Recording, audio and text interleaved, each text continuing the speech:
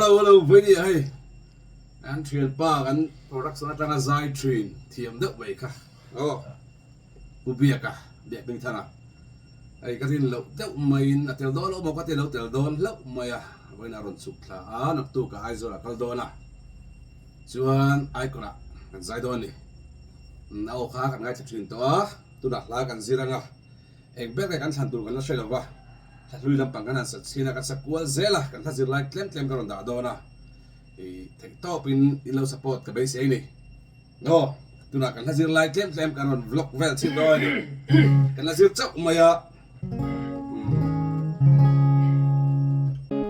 Jam khat chawi tu le ko mai mai la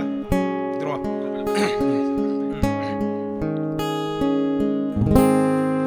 Duar thiam har diru nei mangai bia thu ril nam suy lo thla rupen ka phong kol trin bia thu ba se lung ti to na ka la mang lo che hu lo lua vang ho càng đến chế trong cam tra tơ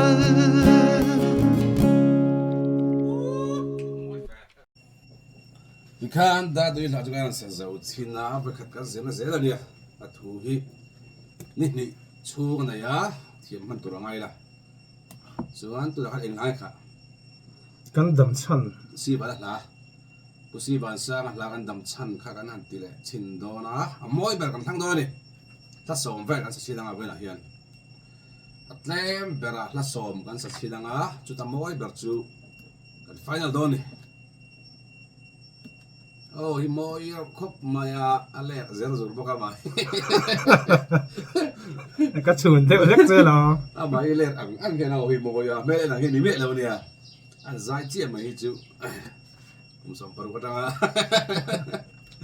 cũng sống ở đó nên từ đó tàu mấy nè chuan tiền cái vlog ang la at zai po cái nào upload về dễ lắm cho nó riêng ang zai thật đó cho kan hao chấp rồi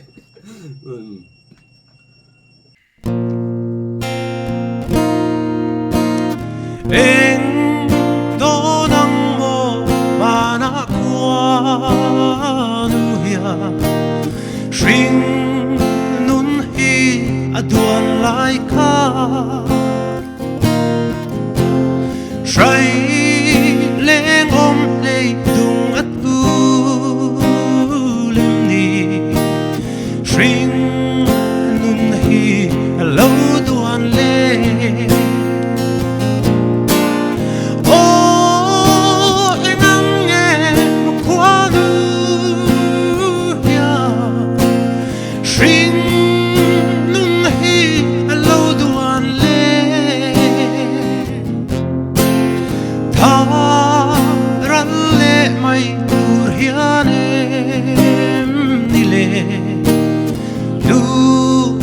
vang reng in căng piang suy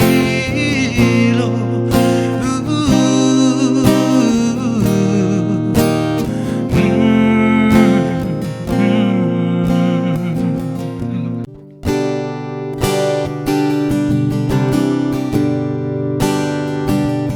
tin la ya ithar le trin lung nang nena kan tim la il dire hi kan nei lu ve apoi mange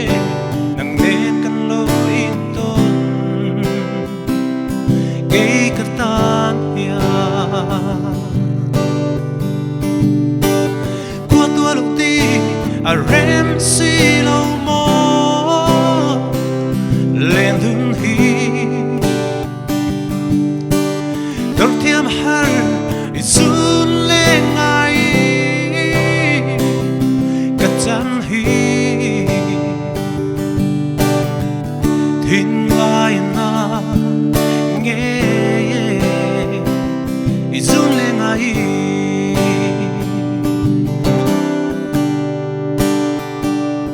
don về mồ nang nên căn nu lưới tê gil hian ka ring lo che ilung tung va ni si lo va chin lai una và ngã samang min tren loi thiên nu li qua tua lục ti a rem si lo mo lên thun hi dor thiam har isun le ngai ka chan hi thiên lai na nghe isun le ngai